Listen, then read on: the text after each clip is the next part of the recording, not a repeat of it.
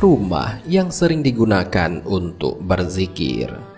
Rumah yang selalu digunakan oleh penghuninya untuk berzikir mengingat Allah, baik berzikir setelah sholat ataupun zikir di waktu-waktu tertentu, dengan lisan maupun di dalam hati, bersama-sama ataupun sendiri-sendiri, menyebabkan malaikat turun dan singgah mengerumuni rumah orang tersebut. Hal ini sebagaimana dijelaskan dalam sebuah hadis. Sesungguhnya Allah memiliki malaikat-malaikat yang berkeliling jalan-jalan mencari ahli zikir. Jika mereka menemukan satu kaum yang sedang mengingat Allah, mereka berseru, "Marilah kalian menuju kebutuhan kalian." Rasulullah Shallallahu Alaihi Wasallam berkata, lalu para malaikat itu mengelilingi mereka dengan sayap-sayapnya sampai ke langit dunia. Kemudian Rabb mereka bertanya kepada mereka, "Apa yang dikatakan hamba-hambaku?" Para malaikat berkata, "Mereka bertasbih memahasucikanmu, bertakbir mengagungkanmu, bertahmid memujimu, dan memuliakanmu." Lalu Allah Subhanahu wa Ta'ala berkata, "Apakah mereka melihatku?" Mereka menjawab, "Tidak, demi Allah, mereka tidak melihatmu."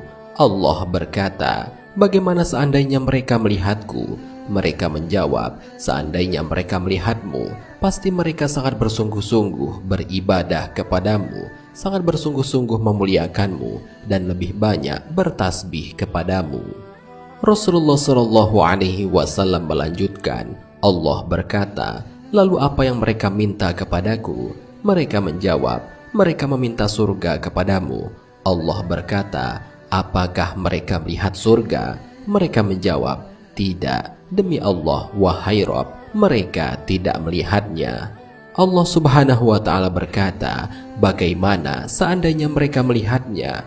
Mereka menjawab, "Seandainya mereka melihatnya, mereka pasti sangat bersungguh-sungguh untuk mendapatkannya, sangat bersungguh-sungguh untuk memintanya, dan sangat menginginkannya." Allah Subhanahu wa Ta'ala berkata, "Lalu dari apa mereka meminta perlindungan?" Mereka menjawab, "Dari api neraka." Allah Subhanahu wa Ta'ala berkata, "Apakah mereka melihatnya?" Mereka menjawab, "Tidak, demi Allah, mereka tidak melihatnya." Allah berkata, "Bagaimana seandainya mereka melihatnya?" Mereka menjawab, "Seandainya mereka melihatnya, pasti mereka sangat bersungguh-sungguh lari darinya dan sangat takut kepadanya." Kemudian Allah berkata, "Maka aku persaksikan kepada kalian, sesungguhnya aku telah mengampuni mereka." Salah satu malaikat pun berkata, "Namun di antara mereka ada si Fulan, dan ia bukan bagian dari mereka. Ia datang hanya karena ada keperluan."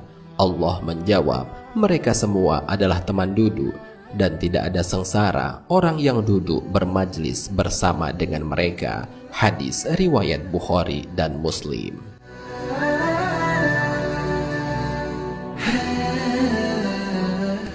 Rumah yang kerap dibacakan ayat-ayat Al-Quran. Rumah yang sering dibacakan ayat-ayat Al-Quran akan memiliki dampak yang sangat luar biasa. Al-Quran membuat efek rumah terasa lebih luas, walaupun mungkin rumahnya itu kecil.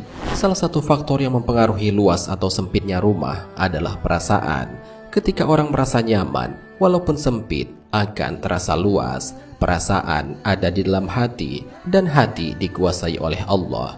Sehingga orang-orang yang hidupnya berada di rumah-rumah yang mungkin sangat sederhana, ketika ia rajin membaca Al-Quran, maka rumahnya akan terasa luas. Selain menenangkan hati, menjadikan rumah terasa lebih luas, rumah yang kerap digunakan untuk membaca ayat Al-Quran akan didatangi oleh para malaikat. Hal ini sebagaimana dijelaskan dalam sebuah hadis. Tidaklah suatu kaum berkumpul di salah satu rumah Allah, membaca kitabullah dan saling mengajarkan satu dan lainnya, melainkan akan turun kepada mereka sakinah atau ketenangan, akan dinaungi rahmat, akan dikelilingi para malaikat, dan Allah akan menyebut-nyebut mereka di sisi makhluk yang dimuliakan di sisinya. Hadis riwayat Muslim.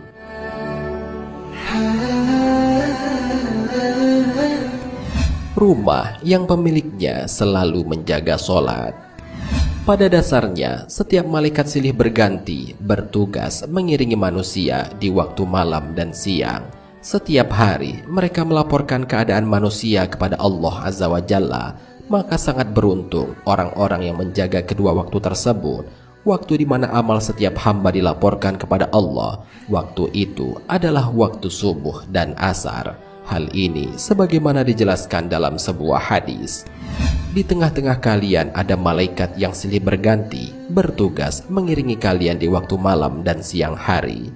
Mereka bertemu ketika waktu sholat asar dan waktu sholat subuh. Mereka yang mengawasi kalian di malam hari naik ke langit.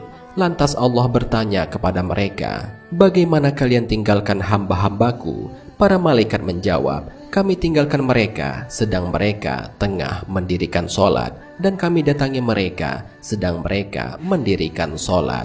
Hadis riwayat Al-Bukhari.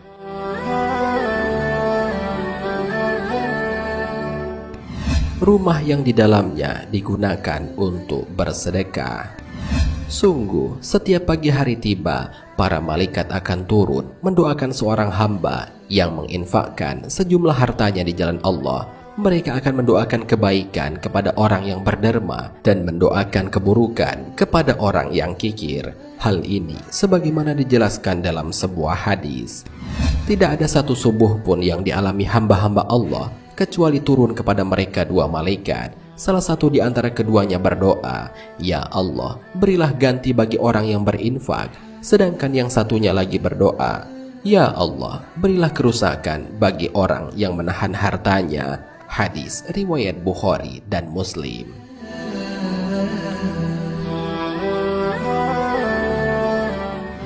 Pemirsa Tadabbur Ilmi, sungguh setiap rumah pada dasarnya layaknya kehidupan dan kematian.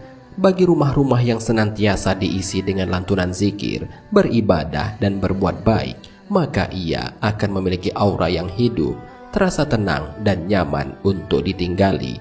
Akan tetapi sebaliknya, rumah yang jauh dari lantunan zikir, ibadah, dan perbuatan baik lainnya, maka ia akan seperti mayat, menakutkan, menyeramkan, dan membuat orang tidak betah untuk tinggal di dalamnya. Hal ini sebagaimana dijelaskan dalam sebuah hadis. Perumpamaan rumah yang digunakan untuk berzikir kepada Allah dengan rumah yang tidak pernah digunakan untuk berzikir kepada Allah seperti kehidupan dan kematian. Hadis riwayat Muslim. Wallahu a'lam bishawab. Jika terdapat kesalahan dalam penyampaian ini, admin mohon maaf dan itu merupakan kesalahan dari admin sendiri.